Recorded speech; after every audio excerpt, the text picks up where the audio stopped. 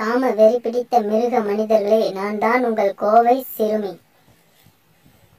என்னை பற்றி சொல்கிறேன். நான் பெண் பிள்ளையாக பிறந்தேன். அது என்ன, நான் செய்த தவறா? நான் பாதுகாப்பாக இருந்த ஒரே ஒரு இடம் என் தாயின் கருவறைதான். இந்த உலகத்தில் நான் வாழ வேண்டும் என்ற கனவுகளுடன் இருந்தேன். என்னை கொன்றுவிட்டு என் கனவையும் கொன்று விட்டீர்களே. என்னை கொன்று புதைத்த மனித மிருகமே, உன்னை ஈன்று எடுத்த தாயும் பெண்தான், மறந்து விடாதே.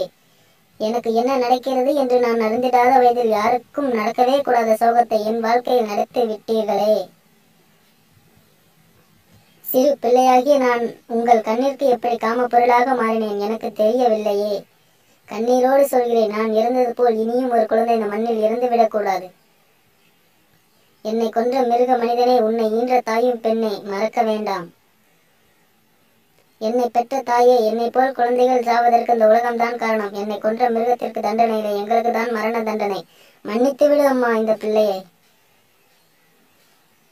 குற்றம் செய்தால் தண்டனை இருக்கோ இல்லையோ, ஆனால் என்னை போல் பெண் குழந்தையாக பிறந்தாலே குற்றம் தானோ? மாற வேண்டும். என்னை போல் உள்ள சிறு பிள்ளைகள் வாழ வேண்டும். எங்களை விட்டு விடுங்கள்.